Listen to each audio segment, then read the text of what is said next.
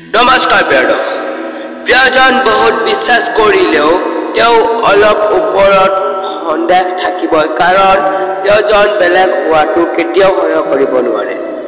দেউতাকৰ টকাৰে বাইক কিনি গাৰ্লফ্ৰেণ্ডক লৈ ফুৰাজন কেতিয়াও হিৰো নহয়। যিজন উপাৰ্জন টকাৰে বাইক কিনি দেউতাকক লৈ ফুৰাজনে প্ৰকৃত হিৰো।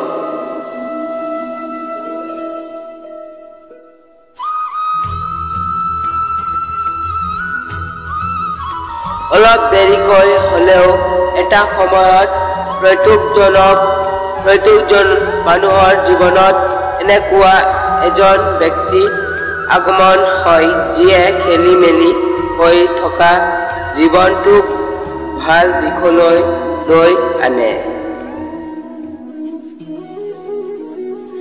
এফালে অভাৱ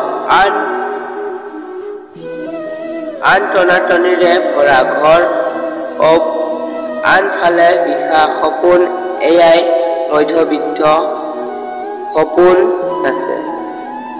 শৰীৰ সম্পৰ্ক কৰি সম্পৰ্ক ৰখাটোক প্ৰেম নকয়।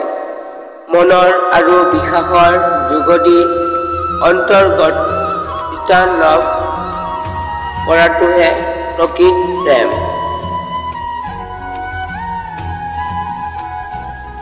ধনী দুখীয়া বুলি কোনো কথা নাই। মন চাই ভাল পোৱা, ধন চাই নহয়। এজনকে ভাল পাবলৈ শিকা, 10 জনক নহয়। ধন্যবাদ জ্ঞাপন কৰিছো আপোনালোকক ভিডিঅ' চোৱাৰ